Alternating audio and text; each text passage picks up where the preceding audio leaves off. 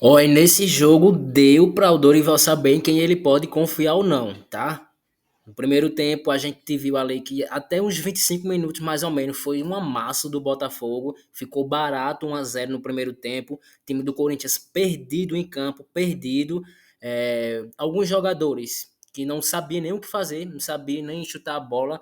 O Corinthians perdeu muita bola aí dividida, né? Na verdade, o primeiro tempo foi um massacre. O Botafogo passou por cima com um caminhão. Então, Charles, por exemplo, é um jogador que não é para jogar no Corinthians. Jogou muito ruim hoje, muito ruim. O Romero nem se fala, o Romero é, ficou ilhado lá na frente, né, sozinho, e aí mal tocou na bola. O Corinthians foi para se defender nesse primeiro tempo, né?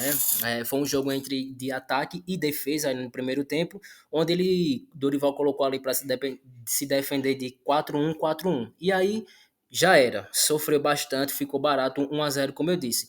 Na metade do primeiro tempo, ele recuou um pouquinho mais o Carrillo. E aí o Corinthians começou a dar sinais de que poderia melhorar no jogo. Então, no primeiro tempo aí o Corinthians conseguiu equilibrar um pouco mais a partida, mas ainda assim sofrendo, né? A posse de bola para o Botafogo no início, no primeiro tempo, foi de 67%. Então você vê aí como o Corinthians foi muito mal nesse primeiro tempo. No segundo tempo, ele já vem com alterações e entra com força máxima, né? Colocou Yuri, colocou o Memphis, né? Colocou o Breno Bidon, e aí o time melhorou, foi competitivo. Então, o Corinthians poderia vencer esse jogo, né? No segundo tempo, o Corinthians foi melhor. No primeiro tempo foi o Botafogo e no segundo o Corinthians foi melhor. No final do jogo, pressão do Corinthians, né? O Memphis conseguiu ali fazer um gol, tava devendo esse gol, conseguiu fazer o gol ali. E o Alberto perdeu o gol, né? O Breno perdeu o gol, o Ranieri, que para mim foi o cara do jogo, perdeu o gol também. Muito desse desempenho do Corinthians veio também da parte defensiva do Ranieri, né? Que Ranieri e Carrillo, um dos dois sozinho é melhor do que os dois zagueiros para esse time, para esse jogo, né, de hoje. Então, foi um jogo que mostrou que o Corinthians tem sim um time bom para ser competitivo contra qualquer time do futebol brasileiro, porém aí algumas peças, né, principalmente o Léo Maná, mano, que jogo horrível do Léo Maná, acho que foi o pior jogo que eu vi dele com a camisa do Corinthians. Não ganhava divididas, perdia todas, não cruzava a bola, que é que um lateral tem que fazer.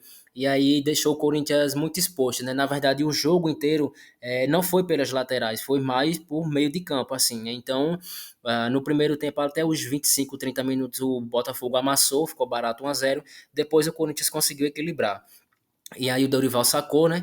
E mostrou realmente que não se pode brincar com o Coringão, meu irmão. Foi pra cima o Corinthians, fora de casa, e ficou com um empate aí. 1-1, podia ter ganho o jogo, como o Botafogo também podia ter ganho o jogo. E foi isso. Com isso, o Corinthians subiu aí algumas casas, né? Fica algumas posições, foi para oitavo lugar. Tem que aguardar ainda os resultados dos próximos jogos para saber onde que vai terminar essa rodada. Mas passei um pouquinho de raiva. Depois o Corinthians conseguiu ali uma organização e perdeu muitos gols, né? Poderia ter feito gol, mas ficou nesse 1-1 mesmo.